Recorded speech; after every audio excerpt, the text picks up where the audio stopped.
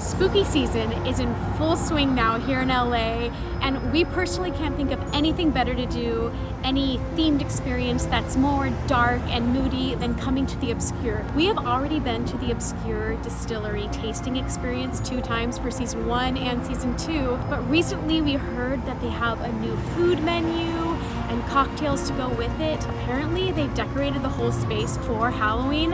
I mean, I can't imagine it being any more visually awesome and cool than it has been in the past. We want to see what they've added to it. So let's head in and see what they've got for us.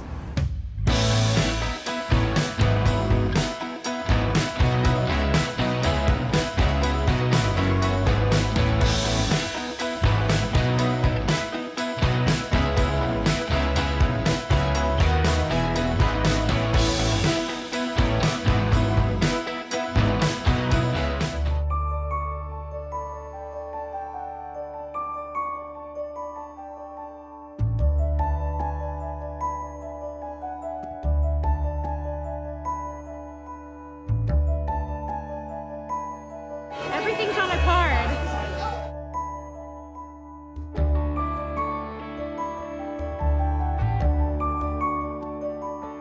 I had to get the House Obscure Old Fashioned. Sounded right up my alley. It's got rye whiskey. I love a good old fashioned. This is so good. Oh my God. You can tell they put so much care into their spirits. Also being a distillery, all these spirits are made in-house and the bartenders know what they're doing. It's great. The bartender also suggested trying the sidecar, and so I was totally down for that. It's so good. Super bright and refreshing. I think it's gonna be really good with my really spicy, savory dinner. But I gotta say, no one does cocktails in LA like the Obscure. The attention to flavors, everything is so curated and perfected before it's put on any menu. Cheers to the Obscure cocktails. I ordered the gumbo and it smells incredible and it's huge. Let's try it. That's the real deal, real Cajun seasoning, and it's got a serious kick. It's a flavor explosion. I'm so glad I ordered this for myself. What a perfect dinner. And it's kind of swampy here too, so it's like the perfect combination. I really wanted to try the pulled pork sandwich. It looks incredible. So much meat. I'm a sucker for pork. Wow. This is so much meat. This is amazing. The texture is so good. The flavor is so good. The barbecue sauce is sweet and kind of smoky, kind of subtle in a really good way. And the pickles just send it over the top. This is great.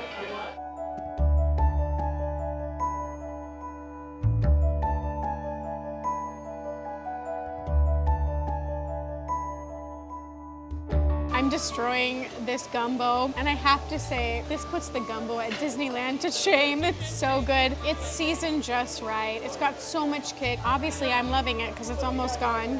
What you got? We wanted to get some more drinks, so I got a Faerie Fire. We're here for Tavern Tuesdays. It's kind of a cool event they do here where people are playing D&D and board games. They have a hurdy-gurdy player playing, and it feels kind of like rustic and medieval. So I got one of their featured drinks tonight, Faerie Fire cocktail. Mezcal forward cocktail with lime. It sounded really good to me. Ooh. Oh yeah, that's good. It's smoky, it's sweet, kind of has almost like a mezcal margarita vibe. I'm here for it. I also got one of these themey drinks that they have going for their member night. I was drawn to this one. It's the Wither and Bloom. I grabbed it because it has elderflower in it. I love elderflower. Anytime I see that in a cocktail, I'm probably grabbing it. It also has like an herbal spirit. I see some herbs right here, and then maybe like a honey straw. I'm not sure. Maybe these are just normal straws so I can taste it. That has, and I mean this in a good way, but a really heavy herbal, almost medicinal flavor, but not in a bad NyQuil way. It's like, it tastes like a fairy drink. I know that sounds insane, but it tastes like some medieval concoction. The herbiness of it is so good, and I definitely get hit with the elderflower as well. I need another drink. This is a drink that just transports me to another time and place, maybe even another realm. Being here in this space, I'm totally here for it.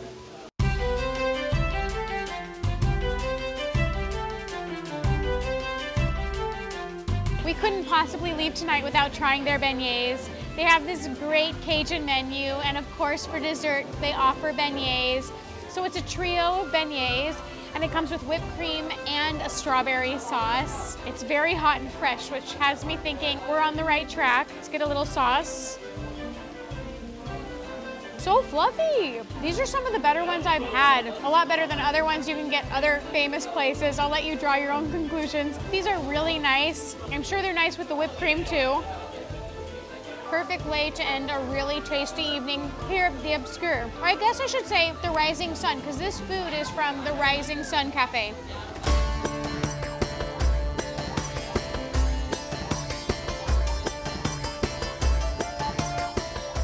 It was so fun to come on Tavern Tuesday because they have live music. Tonight they had a hurdy-gurdy player, which is like that kind of like medieval kind of instrument that they're kind of cranking and playing the keys. It sounds like something out of like The Witcher from Netflix, or, you know, she was playing some music from the Legend of Zelda video games, and it really ties into this whole like Dungeons and Dragons and role-playing and tabletop games vibe they have tonight on these Tavern Tuesdays.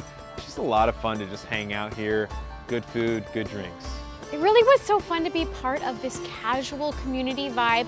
I even had a chance to talk to Thor.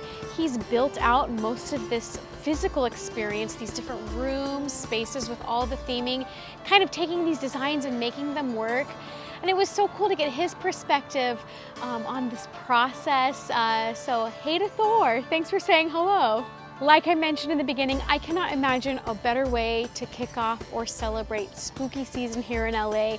The theming, the vibes, the cocktails, even now the food, they are all top notch. So treat yourself to an evening at the Obscure and certainly some food from the Rising Sun Cafe. And until we see you here next time, we just want to say cheers!